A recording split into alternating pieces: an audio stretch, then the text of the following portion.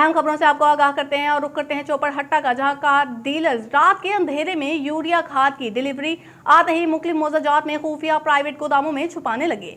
छोटे किसानों को खाद न होने का बहाना बनाकर टरका देना मामूल बन चुका है। महकमा ज़राअत को भी जाली रिकॉर्ड चेक करवाया जाता है, जबकि हालात इसके बरक्स हैं। डिप्टी कमिश्नर खानेवाल से नोटिस लेने का मुतालबा।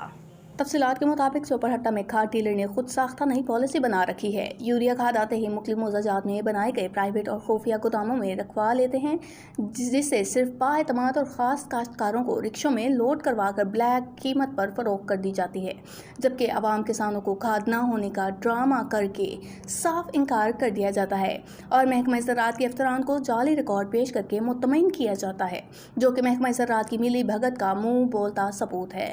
महकमा ज़राअत के छोटे अफसरान आला अफसरान को सब अच्छे की रिपोर्ट पेश कर देते हैं।